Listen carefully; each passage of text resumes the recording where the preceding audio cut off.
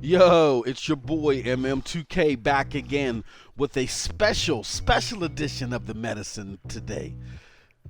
This special edition I'm calling the Skunk edition. Let's go.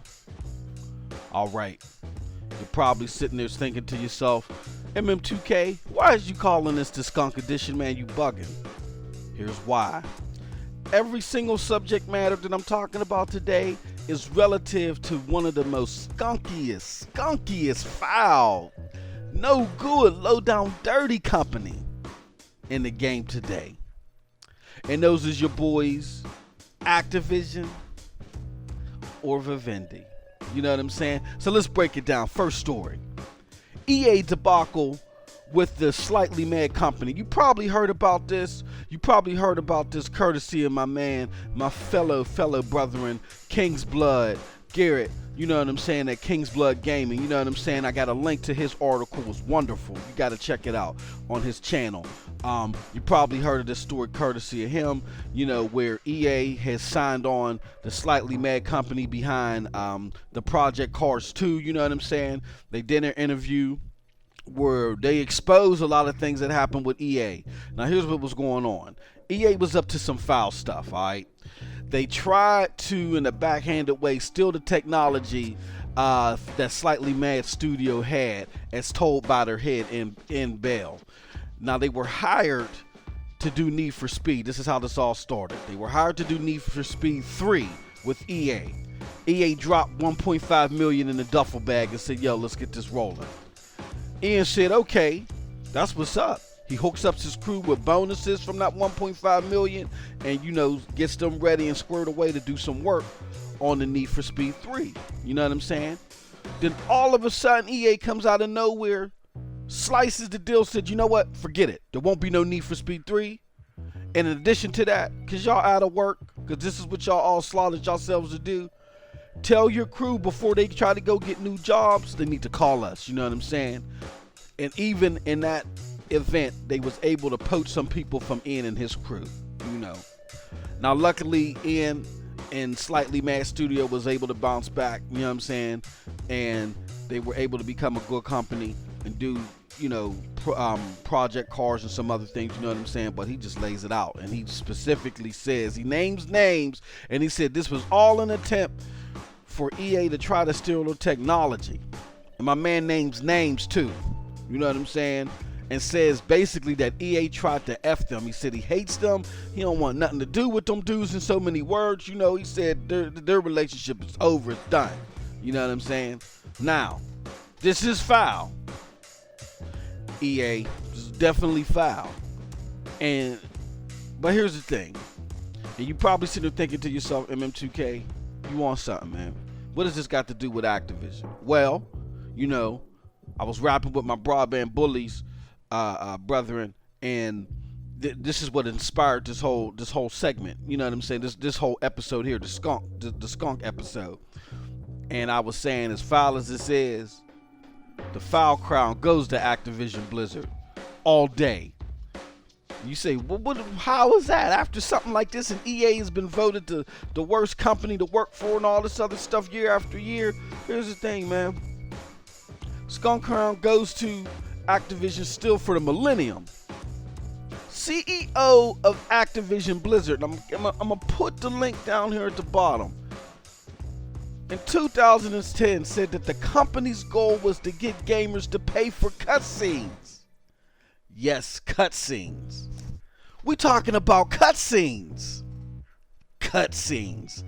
You know, I'm on my man Allen Iverson's tip. Cutscenes? That's what he said. And then, on top of that, just for the simple fact of what he did to Weston Zampella, the former heads at Infinity Ward over the Call of Duty franchise. Man, that's skunk mania, man. And you probably saying to yourself, oh man, forget Weston Zampella, man, because of the green disc matter. Man, look, the green disc matter thing, man, that needs to be dissolved and thrown away, man. After y'all cats done jumped all over Destiny, after what they've been doing, they've been asking y'all to buy their goods and services, and they don't even tell you what you're going to get out of the box all the way through. You know what I'm saying? They don't even recognize you as a consumer if you got the Xbox One, because they call you the other console on certain advertisements they got out for the titles. Man, kill that noise, man. Ain't nobody trying to hear that. Like I said, what EA did is foul, but at the end of the day, the Skunk Mania crown goes to Bobby Kotick and the clan over at Activision Blizzard. Period. Case closed. All right, next subject matter. Exhibit B, Destiny 2 sales. Now, speaking of these skunks at Activision Blizzard, the question is now being asked, is being raised. Should Activision Blizzard be worried about their Destiny 2 sales? You know what I'm saying? And that's coming courtesy of an article. I'm gonna link it down in the links below. But again, you probably tripping like, MM2K, you on something, man? My grandmammy's playing Destiny 2. What is you talking about? That's the word around town, and I get it. There's a lot of buzz. There's a lot of buzz about Destiny 2. But believe you me, there's a lot of people that picked up Destiny 1 that didn't know what they was getting, but played through it, suffered through it, played through the grind, you know what I'm saying, know what to expect, saw what was going on with Destiny 2, with the whole deal with Activision and how they was forcing the hand of Bungie to get this thing out here and get it rushed, you know what I'm saying, or they would lose majority share in their company, just skunk deals, you know what I'm saying, and how that had an outline effect on the overall product of Destiny 2, and why Destiny 2 is more just Destiny 1.5. So you got a lot of people that bought Destiny 1, you know what I'm saying, didn't know what they was getting into, but as Destiny 2 rolled around, they know what the deal was, and they just dropped their support. And they're not as vocal as the people that's hooked. There's a lot of people hooked on this stuff, man. You know what I'm saying? They talking about prescription pills out this mug, man. They might need some rehab for Destiny. But it is what it is. And I get it. These people are vocal about their love for the game. And no doubt, I'd be lying to you if I didn't admit that the mechanics and social integration can be addicting. But the game has some bad numbers, so this version does. Check it out. It's reportedly down 58% in the UK in physical sales. Now, this drop in physical sales could be equal. It could equal the uptick in digital sales, but Activision won't say so. And you may sit there and try to cover that up or put a spin on that, but look, man, my man Randolph 419 put it perfectly. And I'm paraphrasing here, but my man Randolph 4 basically said in one of his shows that if Activision Blizzard of all companies don't say that the game is outpacing Destiny 1, if they don't come out and say that at launch, it's because it isn't. Meaning that the numbers are worse. You know what I'm saying? Activision Activision is a braggadocious company. You know what I'm saying? They're not one to hold back anything. And I'm letting you know this right now. If Destiny 2 was actually doing better than Destiny 1, you would be hearing about it. Don't take it from me. Take it from the man with a million, Randolph 4, all right? The dude that comes straight down the middle more than anybody. All right. And last but not least, Exhibit C, yo. Exhibit C is Vivendi's attempted hostile takeover at Ubisoft. Now, as we all know, and I'm playing 6 degrees of Kevin Bacon here. Activision ain't involved with this, but Activision and Vivendi used to work together hand in hand in their skunkery, man. Those are the foulest of the foul. After Activision was able to successfully ward off Vivendi and separate themselves from Vivendi, Vivendi then started looking for companies they could do hostile takeovers on. They specifically said that was their goal, is to take over a company that's already laid down the foundation, did the work, and just take them over, just throw cash at the deal and use business laws to take them over. and they latched on to Ubisoft. Now, Vivendi is inching ever so close to attempting a hostile takeover of them by investing in shares of the company. And like I said, Vivendi is the Skunk media company formerly involved with Activision until they were successfully bought out. Now Vivendi is close to the 30% share ownership of Vivendi shares.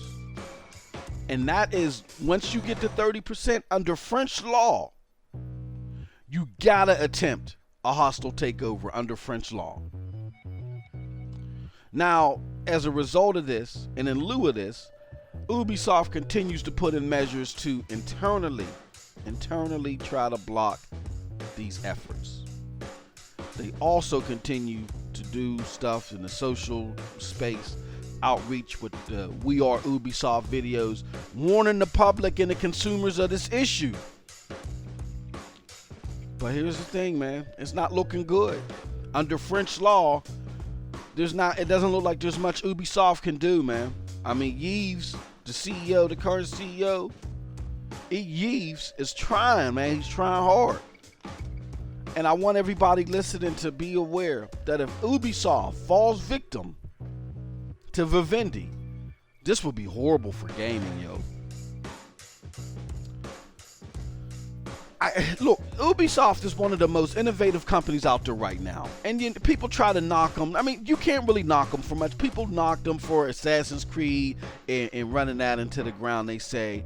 And then they knock them for the Division, you know what I'm saying? And my response to both of those things is, first and foremost, I'm not an Assassin's Creed dude, but they heard what was going on out there, you know what I'm saying? Look, every company isn't perfect, and they had to, and Assassin's Creed was their money maker to help fund other innovative things that they're doing, and Ubisoft is doing some big things, you know what I'm saying? And I don't believe that we even have half of the stuff that we'd have if they didn't, use Assassin's Creed as the source. That helped really raise them in profound ways, you know what I'm saying? So I can't knock them for that. And they listen to the people, they put Assassin's Creed to rest, and they're bringing out Origins. And Origins, man, everybody's praising the way that looks, man. That's grabbing the attention of everybody. You know what I mean? People that normally ain't Assassin's Creed folks is grabbing their attention. Secondly, the Division. Division's a great game. It had pacing issues at the beginning. It had pacing and loot issues. That was its problem, and then it just started getting bad press from there, But I still say it's a great game. It has a lot more to offer than Destiny without poaching you for money and making you pay for a sequel that ain't a true sequel. When that Division 2 comes out, I believe it's gonna be that hit, man. You're gonna get a lot more from Division 2 than you getting from Destiny 2. So y'all need to kill that noise, you know what I'm saying? But at the end of the day, if Ubisoft doesn't fall victim to this, your boy, like I tried to tell you in my last video, your boy's from the financial world. Ubi, listen to me. I know this is easier said than done, but that French law, y'all take over laws over there in France, man, they're foul, man. They're bugging. Get out of France, you know what I'm saying? I know it's easier said than done, but you got to get out of there, man. Because if a skunk company like Vivendi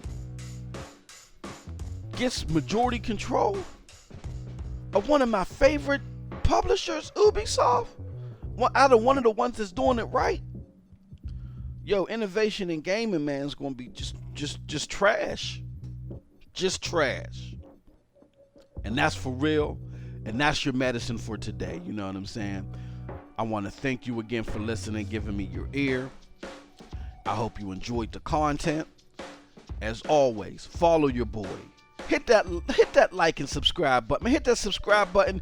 Hit that bell, so you can get notifications whenever I drop this medicine, so you can come and get your pill. Come and sit in the front row. Come get your pill, man. Straight up. You can catch me on YouTube, because you here. Mighty Most 2K is the channel. You can catch me on Twitter, MM2K. You can catch me on Twitch at Mighty Most 2000. Mixer and Xbox Live, MOS 2000. You know what I'm saying? We got the Discord channel. We're going to get that together and all that other stuff. But at the end of the day, I want to thank two of my families. First and foremost, the PNTS Network. Check us out at the PNTSnetwork.com.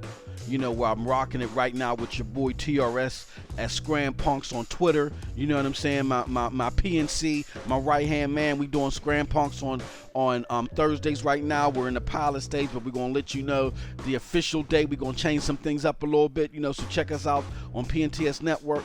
And last but not least, you know, the Broadband Bullies, man, dropping that crazy content, man. There's some crazy stuff coming right now. They just adding to the crew. Yo, there's some big stuff coming. You don't want to miss it. So check them out, Broadband Bullies. Check out my man Next Gen 720 out on Twitter under Zaire 2005. Yo, go to the channel, go to Broadband Bullies. They now got a page out there on Twitter. Check it out, yo. It's your boy MM2K. I'm out. You have a wonderful, wonderful gaming day.